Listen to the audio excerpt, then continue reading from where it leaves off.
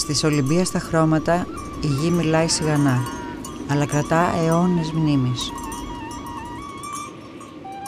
Εδώ, δίπλα στον ερμή του Πραξιτέλη, η παράδοση δεν είναι παρελθόν. Είναι καθημερινή πράξη.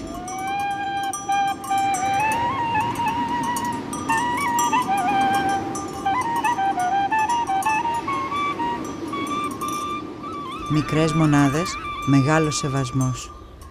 Χωρίς θόρυβο, με πίστη στο αυθεντικό. Εδώ η γεύση είναι οικογενειακή υπόθεση και κάθε τυρί μία αφήγηση άγραφη, γεμάτη φως.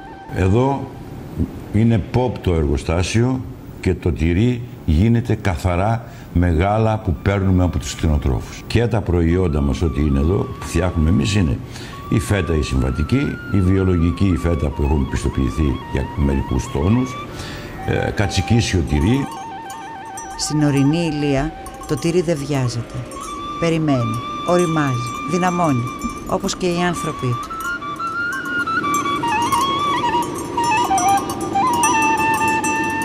Το τυρί ενώνει, είναι δώρο, είναι φροντίδα, είναι κληρονομιά.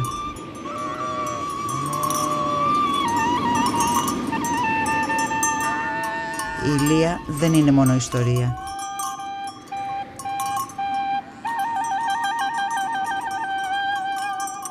Αλλά όποιος δοκιμάσει, θυμάται.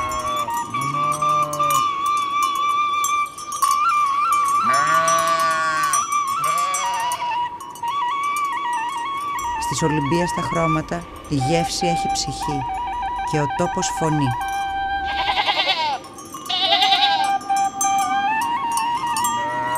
Η γεύση θυμάται και εσύ την κουβαλάς μαζί σου.